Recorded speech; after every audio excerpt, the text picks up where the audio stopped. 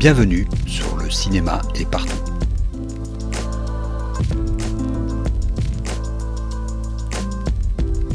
Un podcast sur l'industrie du cinéma et ses évolutions.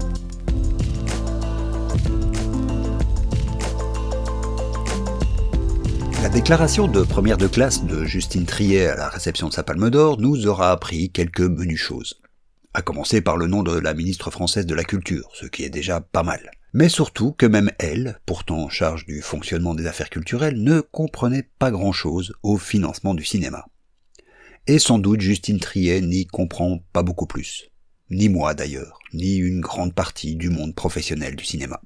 Pour celles et ceux qui auraient passé les 10 derniers jours dans une caverne, rappelons que Justine Triet s'est fendue d'un discours où elle fustigeait à la fois l'attitude de son gouvernement face à la contestation sociale relative à la nouvelle réforme des retraites, et la marchandisation globale auquel le cinéma n'échappe pas. C'est cette deuxième assertion qui a attisé les polémiques. Difficile de nier le mépris de l'État français pour la contestation sociale, et a donné lieu à des débats sans fin sur le financement du cinéma français et sa fameuse exception culturelle. La droite et tout le spectre politique gouvernemental s'est empressé de fustiger cette ingrate, qui mord la main qui la nourrit. Tandis que la gauche rappelait le droit, voire le devoir des artistes d'avoir un discours politique et soulignait que l'État français n'avait pas grand-chose à voir avec le financement des films. Ce qui est vrai est faux à la fois. Par exemple, le CNC, premier guichet de financement français et quasiment la porte d'entrée à une foule d'autres financements, est un organe indépendant, financé en très grande part par la taxation directe. 93% de son financement vient de ces taxes. Il y a 3 taxes qui alimentent les fonds du CNC. Une taxe sur les billets de cinéma, une taxe sur les opérateurs télévisuels et une taxe sur les opérateurs de home entertainment, DVD, VOD, SVOD, etc. Je reviendrai sur ces taxes plus tard. Mais si le CNC est juridiquement indépendant, il reste bel et bien 1. Sous la tutelle du ministère de la Culture et 2. Dépendant de l'État qui décide de la création et donc du maintien de ces taxes. Si l'État français n'abonde pas directement les caisses du CNC, c'est quand même, en première analyse, de lui que dépend son financement. Et s'il n'intervient pas dans les choix de financement de tel ou tel objet audiovisuel, l'État scrute tout de même avec attention la gestion des finances du CNC. Un organe qui ne maîtrise ni ses sources de financement, ni la manière dont il les gère, n'est pas vraiment un organe indépendant. Rappelons aussi une deuxième chose.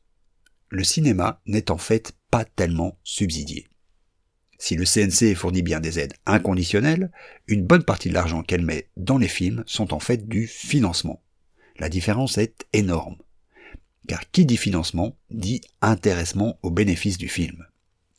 Ce n'est pas pour rien que ce mécanisme s'appelle avance sur recette. C'est donc une aide, certes, mais elle ouvre à un renflouement des caisses du CNC, selon un mécanisme complexe sur lequel je ne m'attarderai pas ici. L'important est de dire que ce n'est pas une subsidiation. Chez nous, le système d'aide est certes différent, et s'apparente plus à un subside pur et dur. Mais selon les derniers chiffres du Centre du cinéma, la part de son intervention dans les films produits en majorité par la Belgique est de l'ordre de 25%. Un taux plus élevé qu'en France, mais là encore, notre industrie est bien moins structurée que celle de notre voisine. Le reste vient de fonds privés ou semi-privés, avec le tax shelter loin en tête. Oui, mais il y a aussi l'aide des régions. Certes, il s'agit là parfois d'aides directes, inconditionnelles, et le film de Triet en a d'ailleurs bénéficié. Mais ces aides sont systématiquement conditionnées à des obligations d'investissement. Au moins la somme reçue doit être dépensée dans la région concernée, faisant à minima circuler l'argent, dont c'est le rôle premier, rappelons-le, mais parfois cette obligation doit se faire à un coefficient supérieur. Chez nous, par exemple, en Wallonie et à Bruxelles, ce coefficient est de 6, voire 7. Pour chaque euro reçu par la région concernée, 7 euros doivent y être dépensés. Quant au mécanisme français de crédit d'impôt, qui se rapproche peu ou prou de notre modèle du tax shelter, j'ai déjà expliqué qu'il est peut-être plus vertueux qu'on ne le pense. Mais revenons à la polémique lancée par Justine Triet. Les diffuseurs télé, Canal+ en tête, se sont empressés de tacler la ministre en lui rappelant qu'ils interviennent pour une grande part de l'investissement des films. Ce qu'ils oublient de dire, c'est qu'ils en sont là aussi obligés par l'État. Et qu'ils interviennent de plus 2 fois. par leurs obligations de production donc, mais aussi par la taxe imposée aux diffuseurs directement dirigée vers le CNC. Tout comme la taxe sur les tickets de cinéma, les diffuseurs télé sont taxés à hauteur de leur chiffre d'affaires. Et c'est peut-être ici que l'allusion de Justine Triet à la menace libérale sur le système de financement français veut en venir. Si l'on regarde les rapports du CNC, on se rend compte que les éditeurs et distributeurs de services TV contribuent le plus à la manne financière. Et de loin. Mais que cette part est en train de s'amenuiser. Elle était de 574 millions d'euros en 2012 contre 469 millions en 2022, pendant que la part venant des salles restait environ stable à 144 millions d'euros. Dans le même temps, la part dévolue à la vidéo, la VOD et la SVOD a, elle, compensé la perte de la contribution des télés, avec une augmentation de 100 millions d'euros en 10 ans. Une belle somme, mais qui est loin de correspondre à l'importance qu'a pris le secteur de la SVOD et des plateformes de streaming aujourd'hui. En gros donc, l'enveloppe globale du CNC reste équilibrée. Mais évidemment, les plateformes de VOD mondiales font peser sur le système français un risque, puisque la taxation se fait sur base du chiffre d'affaires, que ces sociétés se sont spécialisées à rendre on ne peut plus flou. D'autant qu'elles n'ont en fait aucune obligation d'amender les caisses du CNC. Leur obligation se limite à consacrer 20 à 25% de leur chiffre d'affaires à de la production nationale, ce qu'elles font principalement d'elles-mêmes par le financement de séries et très peu du cinéma.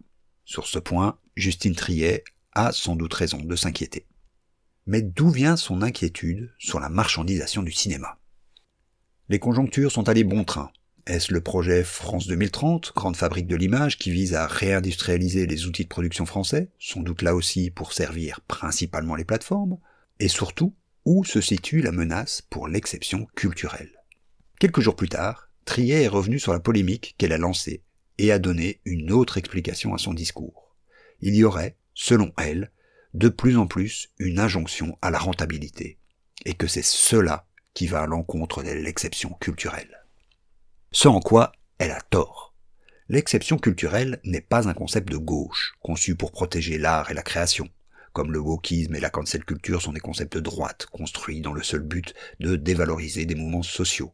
L'exception culturelle a un sens très précis. C'est un concept de droit international qui a connu son apogée au moment des grands accords économiques multilatéraux des années 90, notamment celui de l'OMC. Cette exception stipule que les produits culturels ne sont pas des produits comme les autres, et qu'à ce titre, ils ne doivent pas être traités comme les autres marchandises. D'où l'exception, qui autorise l'introduction de quotas de diffusion et un déplafonnement des aides des pouvoirs publics. Certes, la France a toujours défendu une position plus restrictive de ce concept d'exception culturelle. Ce que les Français appellent exception culturelle vise à englober tout leur mode de production des industries culturelles. Mais il n'empêche, il n'est dit nulle part que la culture, et donc le cinéma, n'est pas une marchandise. Et à ce titre, le cinéma, chaque film pris individuellement, a bien pour objectif d'être rentable.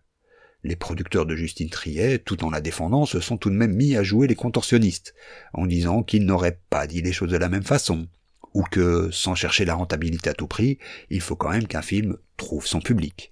C'est qu'il faut tout de même être bien naïf pour croire qu'étant donné la structuration du financement d'un film, qu'on vient d'évoquer, avec ses financements divers à rembourser au mieux, le moindre film se fasse sans un objectif de rentabilité. Si on veut créer sans l'exigence de rentabilité, on se lance dans la peinture, le stand-up, l'écriture ou la photographie, pas dans une discipline aussi intense en capital que le cinéma, qui ne se fait aujourd'hui presque plus en dessous de 5 millions d'euros de budget.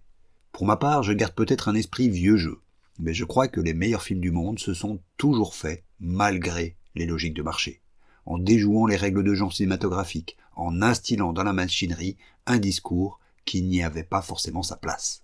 Non pas que le cinéma d'auteur n'a pas sa place, et que l'échec n'est pas une option.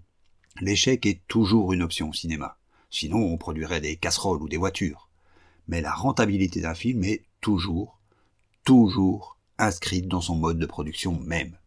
Mais revenons, pour clôturer cette chronique, une dernière fois sur ces polémiques autour du financement des films, parce que ces discours révèlent une incompréhension généralisée des modes de production du cinéma. La question qu'elle pose est: est-ce que l'État doit vraiment intervenir dans le financement du cinéma, dans le soutien de l'industrie cinématographique. Évidemment, puisque c'est presque son unique rôle, créer de la monnaie et le diriger vers les activités qui correspondent à ses orientations politiques. On pense immédiatement aux hôpitaux et aux écoles, mais toutes les industries sont subsidiées par l'État. Toutes. L'automobile, la cimenterie, la sidérurgie, et j'en passe. Pour reprendre un exemple français, le CICE a distribué 100 milliards d'euros aux entreprises, sans contrepartie. C'est ce que fait l'État, donner de l'argent. Et pour le coup, il est nettement plus sourcilleux avec le cinéma qu'avec n'importe quelle autre industrie. Alors, pourquoi pas financer le cinéma, qui a l'avantage d'être intense en main-d'œuvre, moins délocalisable et un bon outil de soft power. Et pourtant, malgré tout, on entend encore partout, y compris dans des organismes de financement, qu'on ne va pas aider des entreprises cinématographiques parce que, je cite, elles sont déjà suffisamment aidées comme ça. Si je voulais être caricatural, les sociétés de production ne sont pas aidées. Ce sont des organes de financement, des banques, d'où à la fin sortent des objets audiovisuels, des marchandises intellectuelles. Poser cette question du financement du cinéma, et c'est là qu'on rejoint Triet, c'est poser une question politique, la question du choix.